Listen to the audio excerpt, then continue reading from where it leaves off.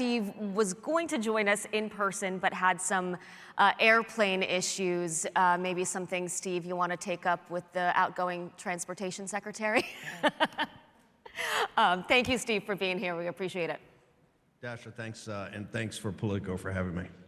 Let's start with some of the headlines that you've been making recently. There's a new voice in President Trump's ear, Elon Musk. You're not happy about it. Is President Trump too close to Musk?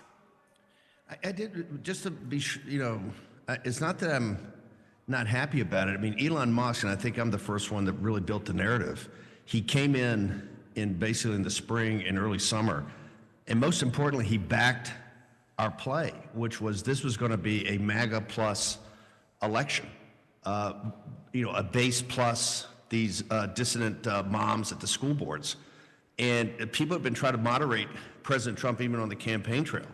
So number one, Elon Musk came in and totally backed kind of the populist, MAGA play. He then wrote $250 million worth of checks to back that play, not to put in TV advertising, which is extraordinary. That's not over a whole cycle, that's in 5 months. And I've said from the beginning, both in the United States, he deserves a place at the table. And in Europe, I've said, and I think Politico has covered it pretty well, is that he holds the two tactical nuclear weapons of modern politics, which is unlimited cash and a social media platform that's not just ubiquitous, but also he can deem who's heard and who's not heard. And there's not many governments in Europe that are going to withstand that. That being said, in Politico today, the piece by Messerly and Wren, I think lay it out the best. This is a new coalition. Much broader than 16. This is the beginning, I think, of a 1932 FDR-type realignment in American politics. And clearly, you're going to have members of that coalition that don't agree on everything. I do fundamentally disagree with some of the basics of the Mark Andreessen, Zuckerberg, Elon Musk, Peter Thiel outlook, philosophy of life and philosophy of politics. And there's going to be clashes. But I think the Politico article today is the best at summing it up. President Trump is good, particularly about people arguing, ideas, and the best idea and the best policy wins. So going forward, it's going to be quite intense. I actually think that we're winning this round, and we're winning this round pretty big. He's already backed off the H-1B visas. He's already said they got to be reformed. We say they have to be done away with. I think we'll get Elon there. And as soon as I can turn Elon Musk from a techno-feudalist to a populist nationalist, we'll start making real progress. If you can't turn him, do you want him out? You can't turn, look, the bottom line, he's not going to be totally out. I mean, there's reporting today that he is going to have some access, I think, to the EOB, maybe an office over there, particularly with Doge. So he's not going to be out. Look, when you write $250 million worth of checks, when you've got, when you're that involved, when you have actually backed a ground game, you're going to have a seat at the table. I've always argued it can't be at the head of the table, and that table shouldn't be the cabinet room in the West Wing. So I'm a realist, and I've had this fight before. People, I think some folks remember back in 17, Elon and I went back and forth virtually every day about the EV tax credits, which I told him at the time. I said, people making $32,000 a year are not going to underwrite you and these venture capitalists on a company that could be worth billions and billions of dollars, maybe hundreds of billions of dollars. That was Tesla, and I won that round. So I've gone with Elon before. We're going to go at it again. Elon's not going to go away because he's got, like I say, he's got the two tactical nuclear weapons. But do you think he has too much modern politics, and he will use those tactical nuclear weapons. Do you think he has too much influence right now? I mean, he's been posted up at Mar-a-Lago. He's been in Trump's ear nonstop since the election. As a teacher in Harvard Business School, kind of in the first year, there's power and there's influence. What's shocking to me is he doesn't have much power. Why do you say that? If you gave it, well, because he doesn't have the ability to actually make decisions and inform those decisions and drive those decisions. If you look at even the time at Mar-a-Lago, he's come in, he's definitely had some influence, and he's had some influence on picks, but let's go back over that. He was adamant about Howard Lutnick being Secretary of the Treasury, actually trashed Scott Bessent. Last time I looked, Scott Bessent's hearing, I think, is on Thursday or Friday for Secretary of the Treasury. You know, many of the picks that he wanted didn't come to pass. Some of the picks did, right? So he's had some influence. He's had some influence over policy.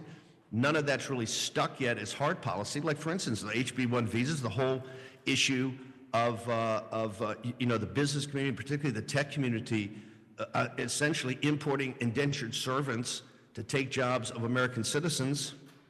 He's had some influence so far, but he hasn't. Those policies haven't stuck. It's going to be a constant. It's going to be a constant fight and a constant clash of ideas. And if I, you know, I would go long the populist nationalist positions on these. You know, the hardcore American citizens come first, America comes first. So Elon's not going to go away, and quite frankly, he shouldn't go away. I mean, you know, I've been quite intense, and part of that is to try to shift the Overton window on this debate, but Elon's not going to go away and anytime soon, and there's going to be a continual clash and a continual fight over ideas. How do you have that fight and how do you have that clash? For those of us that don't know the inner workings behind the scenes, does that play out in public with you, you know, sort of trashing him in interviews or criticizing him on your podcast, or are there conversations behind the scenes that are happening that we don't know about? You know, it still kind of shocks me that the political press, it hasn't really spent the time both on populist policies and or even President Trump. President Trump to me is a McLuhan-esque figure. And what I mean by that, he deeply believes at a very deep level Marshall McLuhan's ideas and concepts about mass communications. President Trump is about how do you connect with a mass audience and how do you connect your ideas with a mass audience and also how you read the room from a mass audience. That to me explains his popularity, that he's kind of hardwired in to the zeitgeist of working and middle-class people in this country and where they are. And I think a lot of that is coming from his Queens background, not his Manhattan background. So the best way I have found to ever fight for ideas is to do it very publicly and to do it using media. And I think this is the reason that War Room has been such a powerful platform. You were one of the architects in the first administration of the shock and awe strategy. Trump's different this time around. You're not in the White House this time around, but is there going to be the same shock and awe vibe, or is it something different altogether? Dasha, I think it's going to be much more intense. We refer to it right now. We refer to it right now as days of thunder. And I think the days of thunder, I think these days of thunder starting next week are just going to be incredibly, incredibly intense. I think you're going to see 50 executive orders. You're going to see a lot of legislation put forward. You're going to see the beginning of it today with Pete Hegseth. So this is going to be quite intense.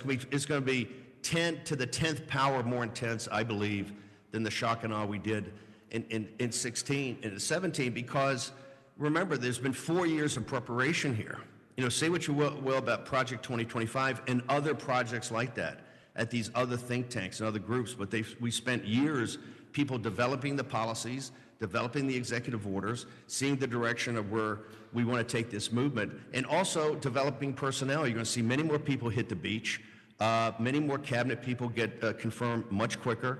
You're going to have much more thought-through ideas. There are going to be many more executive orders. And most of these, I think at the beginning, or all of them at the beginning, the 50 that I think hit right away, will have Office of Legal Counsel opinions on them. So I tell people, shock and awe was a 17 concept. Days of thunder, I think, are going to be the concept starting next Monday. Because I believe President Trump is going to hit it, and hit it hard with what I call, or Bartley at Wall Street Journal called muzzle velocity. Those types of driving force of policies and personnel to get things done and get them done quickly. So Heritage Foundation, AFPI, these groups that have been building playbooks like Project 2025, you think that will infiltrate and have an impact on some of the policies of the administration?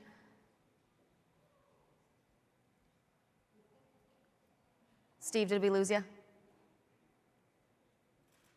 Uh-oh, this is the futuristic excitement that I was talking about. Can you hear me, Steve?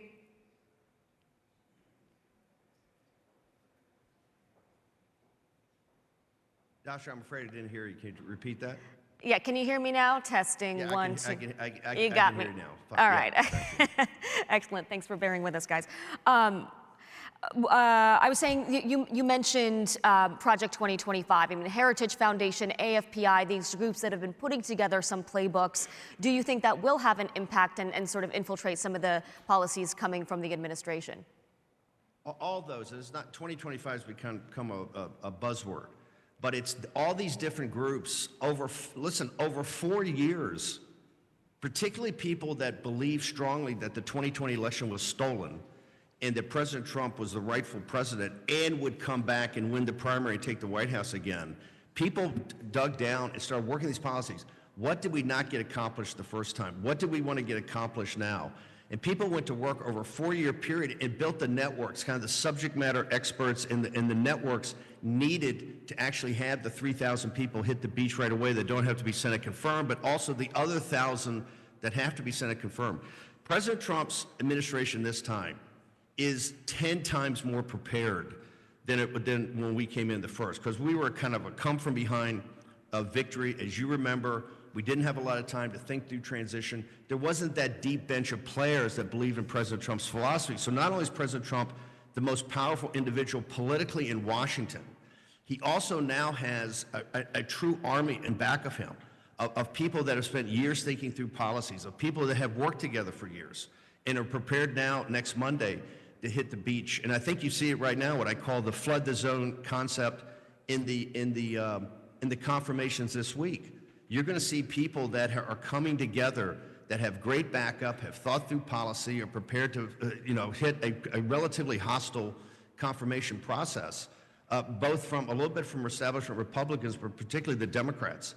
And I just think, I call it days of thunder. I think people are not prepared right now, particularly the political press, of how intense this is going to be, but this is years in the making.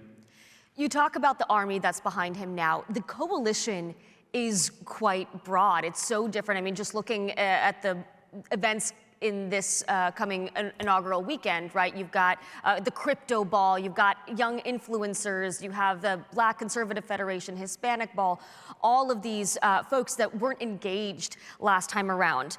But that makes it a little bit more complicated, right? There are a lot of different interests. I want to talk about some of that, particularly when it comes to Congress. You have Speaker Mike Johnson, who will actually be on this stage later today. Johnson didn't have full Republican support to be Speaker. You have Senate Leader John Thune, who's a Mitch McConnell guy. Are these the right leaders to enact President Trump's agenda? Let me just talk about your first part of that, about this broad coalition. Think about it for a second. The Democrats, or the established order in Washington, had every source of institutional power. They had the media, they had Wall Street, they had the technology in Silicon Valley, they had the corporatists, they had every lobbyist. This kind of populist nationalist movement, and to show the power. Our new coalition partners are not maybe with us 100% ideologically, but they understand the power of this going forward, that the Democrats basically, because I come from a Democrat family, basically abandoned working class people in the middle class in populism. And they see the power of populism. But clearly, it's a complicated coalition. We have the broligarchs, right? And you have hardcore, populist nationalists. And so that coalition going forward, and you see the collapse kind of the Democratic Party that lost some of the central parts of their thing, particularly Silicon Valley and a little bit of Wall Street. This is now coming together. It's going to be very complicated. You're going to see it play out in the halls of Congress. I believe, because no one really paid attention to this radical idea called modern monetary theory, that right now in Washington, D.C., everything we do, whether it's the war in Ukraine, whether it's deportations, whether it's immigration, even deconstruction of the administrative state, everything is going to be within the framework that a lot of the easy alternatives of how to pay for things and the sustainability, not of the planet, but the sustainability of the economic and financial model of our country and our government is going to be the number one criteria. It's going to be the prism everything is looked through. And these are going to be intense battles. You can see it already, this battle on Capitol Hill between the 1 and 2 reconciliations. This is not simply a process story. This cuts to the heart of how one is going to govern in the future. And President Trump has this tension of at the same time has a coalition that really could end up being 2/3 of the American people if handled correctly. He has to balance that within this framework of this massive debt and the refinancing of this debt and the paying for the refinancing of this debt. So no, I think right now on Capitol Hill it's going to be very intense.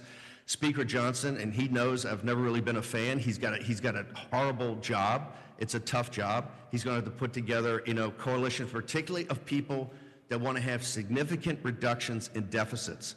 And I just think even the last couple of days, the mindset in Washington is still wrong. People come up and say, oh, we have a $5 trillion cut, but it's over a 10-year period. We have to get out of that mindset. It is, what is the first 2 years? I put my investment banker hat on. This is like a restructuring. Forget 10, I'm not interested in 10 years. I'm not interested in the out years. I'm not interested in years 5, 6, and 7. I'm interested in this appropriations process. I'm interested in this deficit. I'm in this year and next year.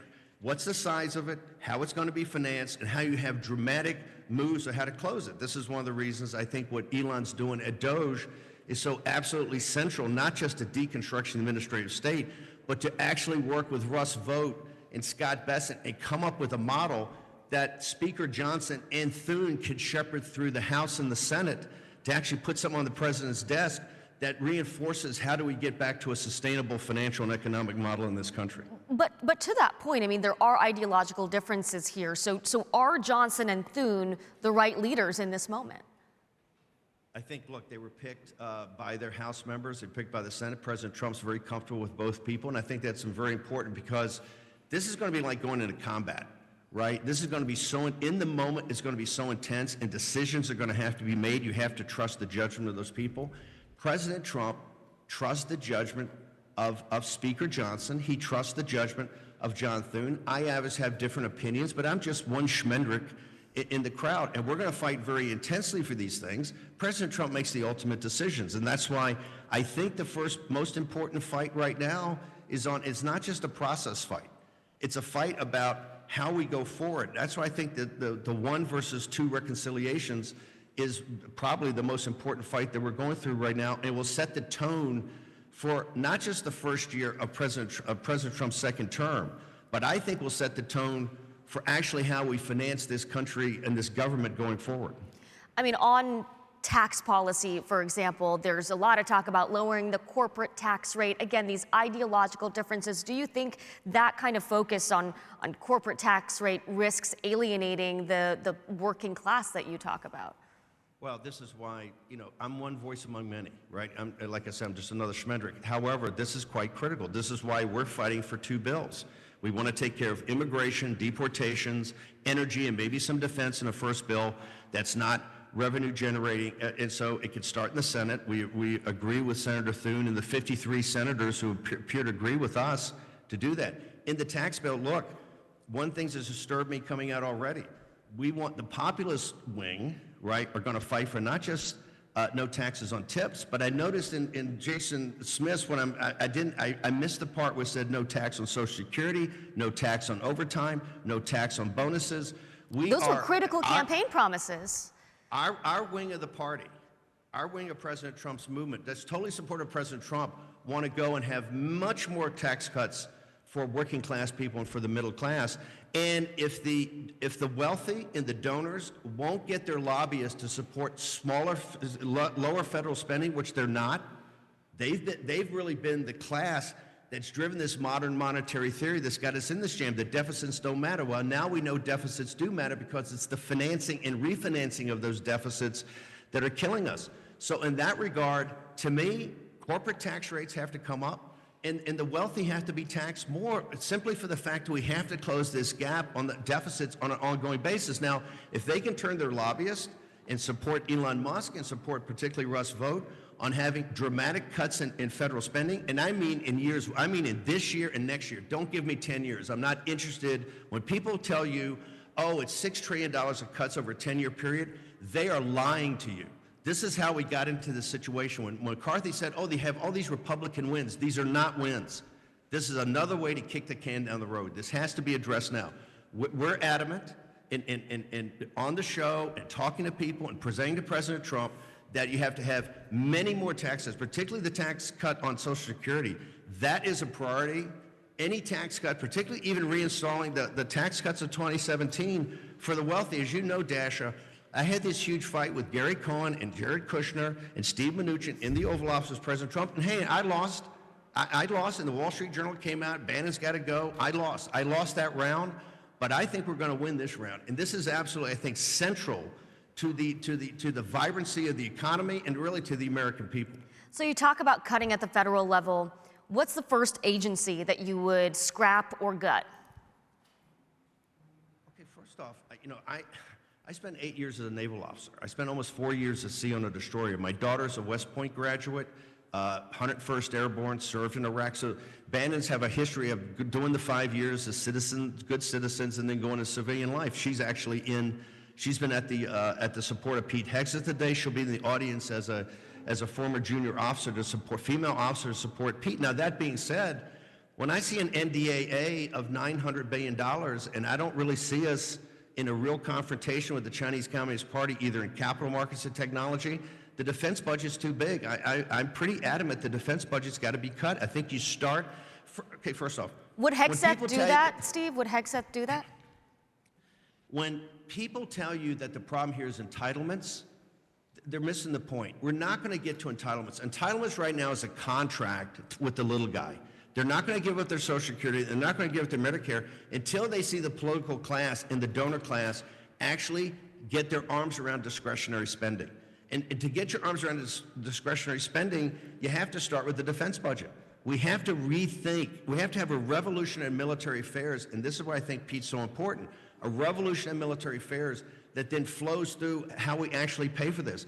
At $900 billion, and this is why I'm so adamant about NATO's got to pay more, the Gulf Emirates and the situation we have in the Middle East have to pay more. We can't have two carrier battle groups in the Red Sea, keeping the Suez Canal open for the Europeans. In East Asia, Japan's got to step up to the plate. Our allies have to step up to the plate. The defense budget is too big. And I realize people say, well, we for years haven't done things. Well, listen, we got to rethink this. If you're going to cut discretionary spending, it has to start with a good faith effort to rethink the defense budget. And to have an NDAA that was $900 billion, given the financial situation we have and given the reality of what we face now, to me is grossly irresponsible.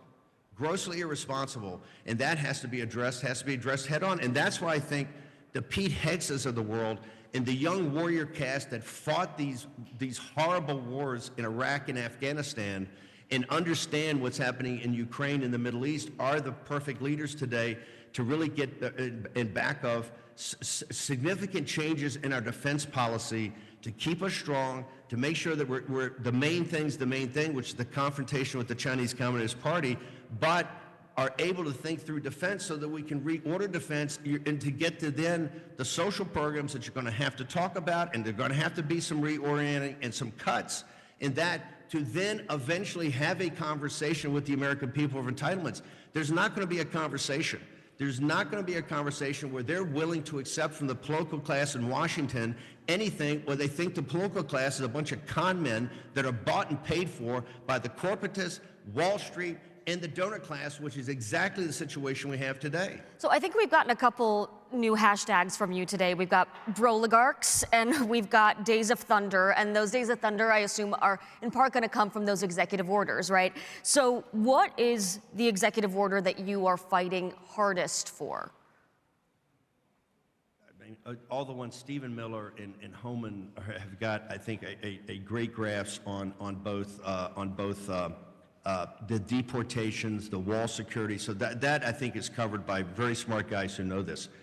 The one I want that's not going to be the first day, but eventually get there, I want a complete 100% moratorium on all immigration until legal, we get our arms. Including legal? I say legal immigration in quotes. There is no legal immigration in this country. It's all a con. It's all a con against American workers. Every part of it. These programs have been so abused and so gamed.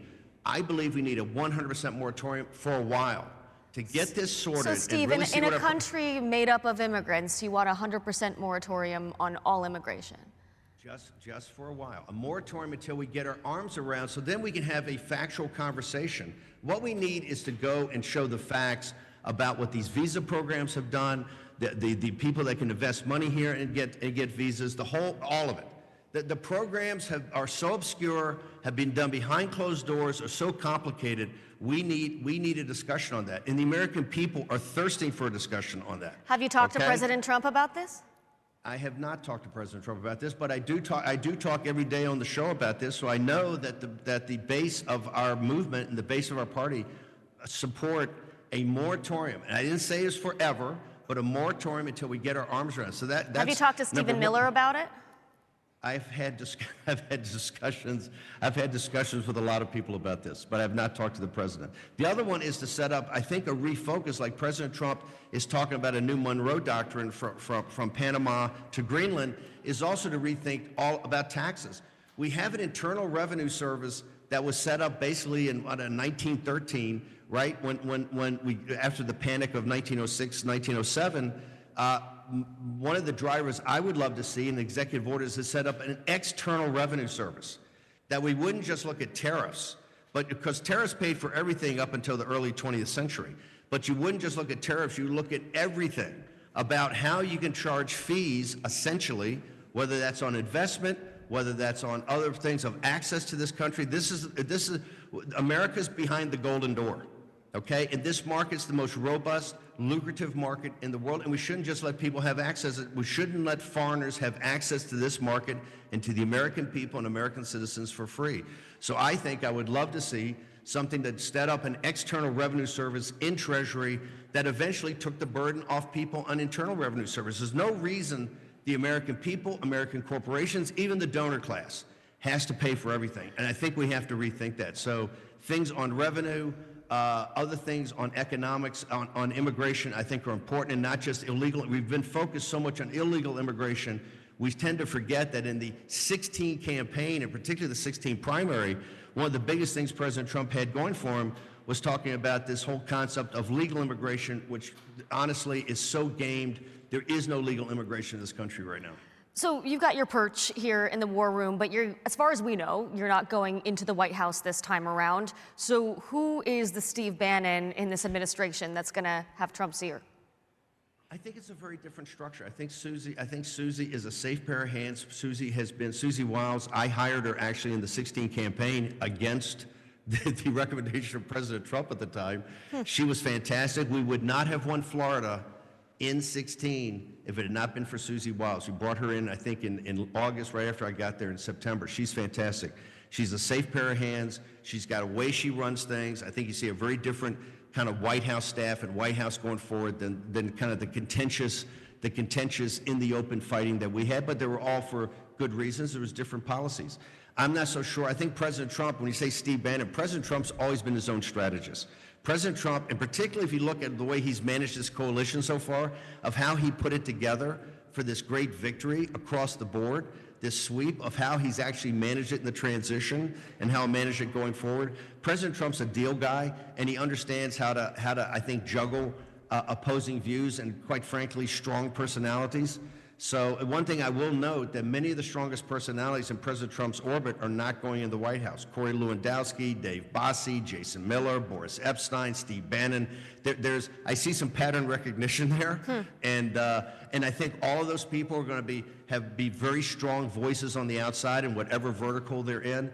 And so I would look for President Trump to have a lot of support both inside the White House with a much more smoothly running operation, and also outside with allies who now have kind of their, as you call them, perches or their own kind of verticals that can support the president in the policies that he's eventually going to want to drive. Susie Wiles plans to be sort of a gatekeeper in the White House. Do you believe she can execute that role, and do you think that the right people will be gatekept, so to speak? This is, Susie, I think, smart enough to know there's one level of gatekeeping and then another. Look, the failures of John Kelly and others, President Trump's President Trump. You know, he's in his 70s now. He's got a House style. And one thing people should know, he's always trying to get input from a wide variety of people. People who the public doesn't even know, just to bounce ideas off him. He's always seeing how it plays in the room. He's very good at judging what people are thinking and where the country's going. This is one of his superpowers. And so and I think Susie's smart enough, because you've seen already on the campaign and so far in the transition. She doesn't try to go John Kelly on you. She doesn't try to hermetically seal the president because he can't be hermetically sealed. Particularly now, given that he knows 2020 was stolen, he came back in 2021. In those first couple of dark years when even Rupert Murdoch said we're going to make him a non-person, President Trump has gone up the learning curve of confidence in his own judgment and confidence in policies and also people that will have his back. So there's still going to be total access, I think, at one level to President Trump because this is just the way, this is his house style. I think she is going to have a little more management, so it's maybe not quite so chaotic at the staff level. Although I will say, particularly in that first year, all the benefits of the economy and foreign policy, the peace and prosperity of 19, those seeds were sown with Reince Priebus and the team, with all the fighting that went on. They were all sown in 2017. That's why this first 100 the days of thunder next week, the first 100 days, the first 6 months, and the first year, to me, are everything in this, because the seeds of peace and prosperity that President Trump is dedicated to bring back, it's all going to be sown there. That will all be where it's either sown or where it's not sown. And so that's where this fight the next year is going to be so intense. Now, to be clear, I know this has been slipped in a couple of times. There's been no evidence of widespread fraud in 2020, but I don't want to look back. Let's keep looking forward. Hang on. Ho. Look at Jack Smith's, there's no thing of widespread fraud. Please, hang on, Dasha. I understand you've got a legal thing you have to do. I appreciate that. But why is the J6 committee having people go to the White House and beg for blanket preemptive pardons? Right? Why is Jack Smith and his team quitting early and also talking to people about pardons? This has to be. Well, they're worried about political persecution in the same way that you have claimed that that's an issue. Hey, if they just thought it was political persecution, they wouldn't be worried. They're worried. This has to be totally adjudicated. You have to adjudicate 2020. You have to adjudicate J6. You have to adjudicate the vast criminal conspiracy against President Trump. And on this one, we're absolutely adamant. President Trump needs to do this for this country, not for himself. You see last night, the Jack Smith thing's a nothing burger. Total nothing burger. Well, look, Steve, President Trump himself has said he wants to look to the future. So let's keep doing that, because otherwise we're going to get off the rails real fast here. President Trump does want to look to the future. He says his retribution will be peace and prosperity. That doesn't mean that some of his colleagues that understand what they not just tried to do to him, but did to this country has to be adjudicated. And this is going to be a big effort, I think, of people try to get President Trump on board to do that. Like I said, President Trump is not a vindictive person. President Trump is not someone that looks for revenge, but we need to do this for the country. And you should know, there are elements of President Trump's coalition that are absolutely adamant that this has to be done. This weaponization has to be taken out root and branch from this government. So you say he's not a vindictive person, but you do want to see some vindictiveness? No, not vindictive. This is look, I went to a federal prison for 4 months. I'm not vindictive about that at all. That is what it is, but I did it on a reason to not bend the knee to Nancy Pelosi in an illegitimate J6 committee that's now begging the White House for blanket preemptive pardons. Benny Thompson, the chairman's, it's publicly, and again today it's in Punch Bowl, about they've got a scoop about how they're doing it. So listen, this is not about vindication. It's not about revenge. This is about, we can never allow this to happen again. And the only way that's going to happen is you have to put forward to the American people what the actual facts are. What the facts are of 2020, what the facts are of J6, what the facts are of this vast criminal conspiracy that came after President Trump. Hell, he was indicted for, 92 felonies? This kangaroo court in New York has got him for 34 felonies. That all has to be from Steve, New York City to Georgia to Washington, D.C.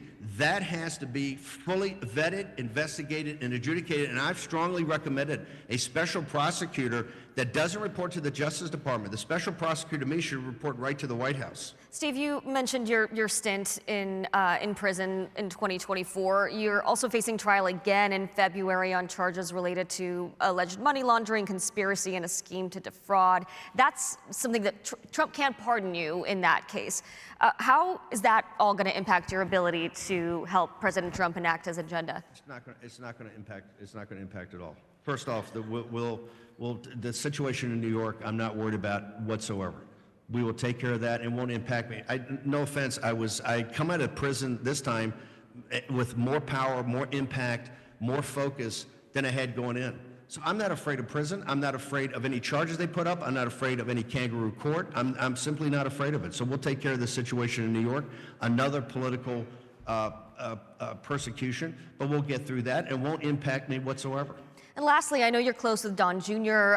The Trump family this time around, there's a different dynamic. Jared and Ivanka aren't going to be involved, but what do you think will be the role of the Trump family and folks like Don and Eric? By the way, I'm working very closely with Jared. I'm working very closely with Jared on prison reform. Jared Kushner and I met a year ago at the Jim Caviezel film at Bedminster and made a pact that we would work together to make sure President Trump was reelected. That was that imperative. And I am a big supporter of all the prison reform in the First Step Act that Jared Kushner, there'll be some announcement, I think, in the future about Jared and I working together on the First Step Act and prison reform. We're big believers in prison reform. I think, obviously, Don Jr., who's a fantastic guy, and we're very close with. Don Jr. has taken up more of a lead role, but Eric and Laura did such an amazing job at the RNC, so we're working very well with the family, and particularly I'm working very well with Jared Kushner. And Jared Kushner, I'm telling you, has done something to help this country that's very significant, and that is prison reform, which we need dramatically. All right, Steve, I know you got a show to record. Thank you so much for beaming in here, and sorry for the technical difficulties, everyone. Steve, thanks so much. Dasha, thank you, and thank Politico for having me.